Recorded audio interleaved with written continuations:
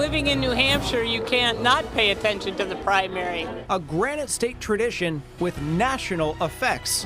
The first in the nation primary process has sifted through dozens of presidential candidates ahead of tomorrow's election. I've been following it since, I would say, since the end of August, beginning of September. Tonight, those months of study are helping many New Hampshire voters make up their minds. Others using these final hours to choose their candidate. I think that in order for us to be well represented, we need to represent ourselves. This is a WMUR Commitment 2024 special. New Hampshire primary, the final hours. And thank you for staying with us for this special edition of News 9 on the eve of the New Hampshire primary. Here we go. I'm Steve Botari. Hi, everybody. I'm Jennifer Vaughn. No two primaries are ever alike, all making history in their own way. And this year, that is certainly true.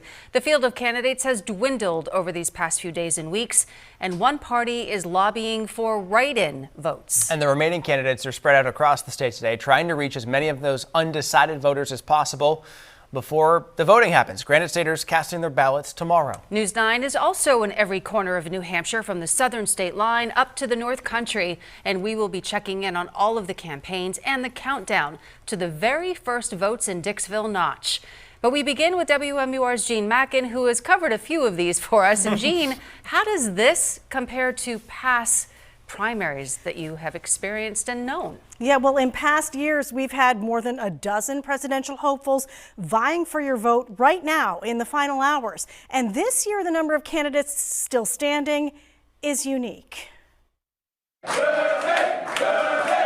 Candidates arrived with high fives and handshakes, making it official, filing for president at the Secretary of State's office. I'm confident that not only are we going to succeed in winning this Republican primary, but in delivering a landslide victory. There you have, folks. It's official. We feel the momentum on the ground in Iowa. We feel it in New Hampshire. They came for conversations with the candidate. We should hold all of our elected officials accountable for what they do. Thanks for having me, Adam. Sunday morning segments of Close Up. You want something to drink to start? I would love some coffee. Yeah. Diner stops and backyard barbecues. It's early, and I realized a long time ago I'm well known, but I'm not known well. The Democratic National Committee made a stunning announcement. It would not recognize New Hampshire as the first primary, choosing South Carolina instead. By law, New Hampshire is going on with the traditional first in the nation primary, despite the DNC's threats. Even though the DNC can take delegates from me, it cannot take from New Hampshire the significance of this primary. Democrats campaigning for a write-in vote for Joe Biden, while in-person Democratic candidates say they're earning the vote on the ground. On the Republican side, former candidates lined up behind the party's frontrunner, Donald Trump. When I'm president, America will be respected again like never before, just like never before.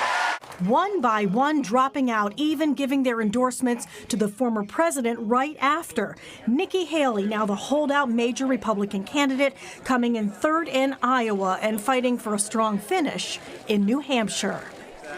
And both parties will fight until the polls close for New Hampshire's 344,000 undeclared voters. They can vote on either ballot. Jen and Steve.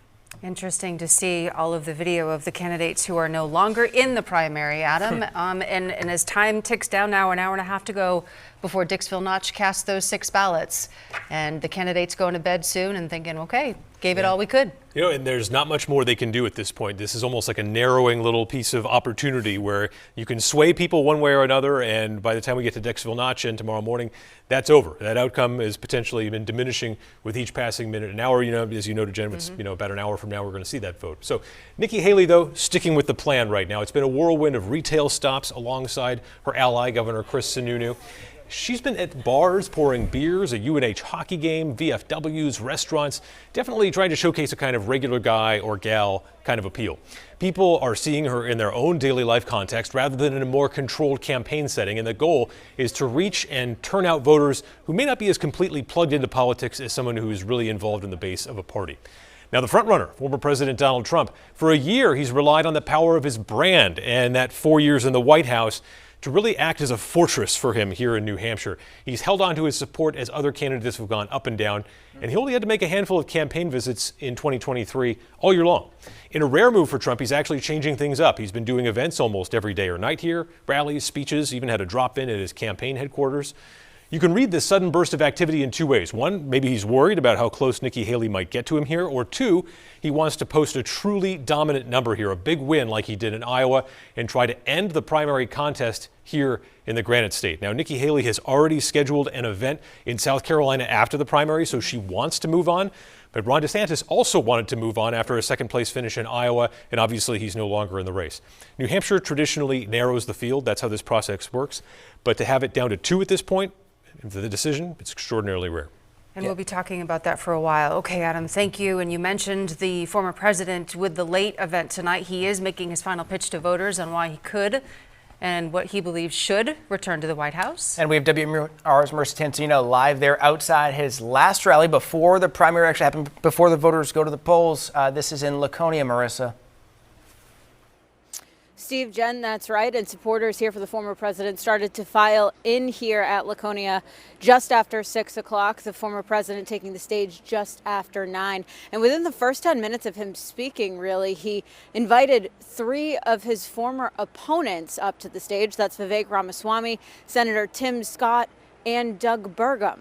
Now, Vivek Ramaswamy, even when he was running against Trump, always spoke out in support of him. They all encouraged people to vote for Trump tomorrow in the first in the nation primary. The former president doing the same. He said tomorrow is an important day for people in New Hampshire and says he believes the state will speak louder than any other place in the country. With your vote for our campaign on Tuesday, so important, most important vote you're ever going to take or make, you can declare that the Republican Party is never going to go back to those days of weak establishment candidates who preach cutting Medicare and Social Security at home while they spend trillions and trillions of dollars on endless wars all over the place in countries that you've never even heard of and countries that don't want us. It's a terrible thing. Now, the former president also taking several shots at Governor Chris Sununu and Nikki Haley. The former president also saying up there tonight that he believes after tomorrow, Nikki Haley will be out of this race.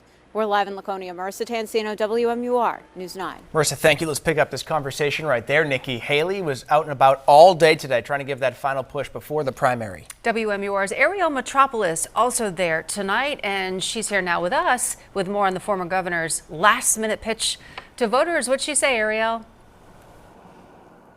Jen, Steve, this event here was really packed tonight, and it was so packed that they had to have an overflow room to get all the people who couldn't be inside the main room. We can show you some of our video from earlier in the night. This was really a crescendo of sorts for Haley, who's been campaigning across New Hampshire for nearly a year now. We first saw her in New Hampshire this campaign cycle in February of 2023, and since then she's held dozens of events, many of them just in the last week. She started off this week at the Mount Washington Hotel, and she slowly moved her way down the state. And voters tonight that we spoke with told us they're convinced she's the right choice. Because she's exciting and she talks about things that you all believe in right now, and we want something different. I've seen Nikki 8, maybe I think this is 9 times now, and I knew that tonight would be my last chance, whether or not she won. We also spoke with several out-of-state voters tonight who said they just wanted to be here to witness this incredible primary process. We're live in Salem tonight. Ariel Metropolis, WMUR News 9. Ariel, thank you. Republican candidate Ryan Binkley is also on the ground here in the Granite State in these final hours. The Texas businessman and pastor is primarily focused on federal spending, telling voters he has a 7-year plan to balance the budget. I'm saying this, I will pay back the debt. Why don't we do that? Nikki Haley's not talking about, President Trump's not talking about that. Binkley earned just under 1% of the vote in the Iowa caucus. And President Joe Biden's name will not be on the first in the nation ballot tomorrow, but you will see 2 major Democratic challengers, author Marianne Williamson and Congressman Dean Phillips.